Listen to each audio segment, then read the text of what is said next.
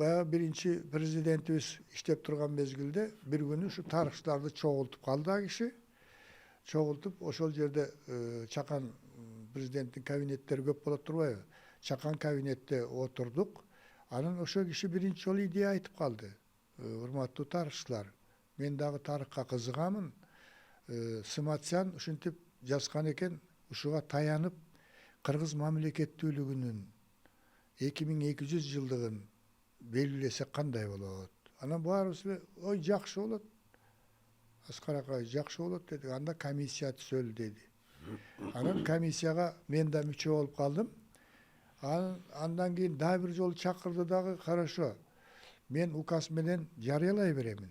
Бирок кыргыздар өзүбүз эле дүңкүлдөп эле эметип эле мактана бербей, белгилей бербей, эл аралык алкакта эметсек болот, белгилесек болот.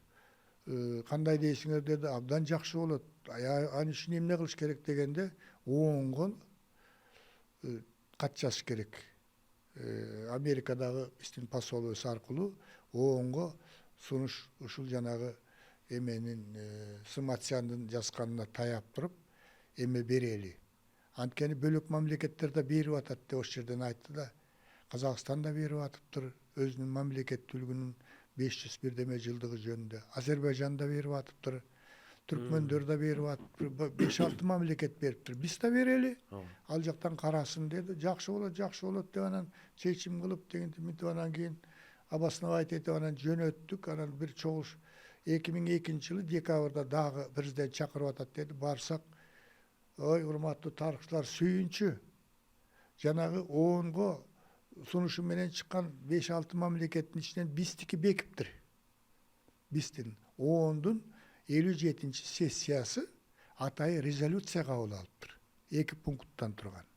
Кыргыз мамлекеттүүлүгүнүн байыркылыгын эске алып, анын документтер менен тастыкталганын эске алып, кыргыз мамлекеттүүлүгүнүн 2200 жылдыгы белгиленсин. Биринчи пункт. Экинчи пункт. Ушул датаны белгилөөгө ООНдун бардык мамлекеттерин чакырабыз.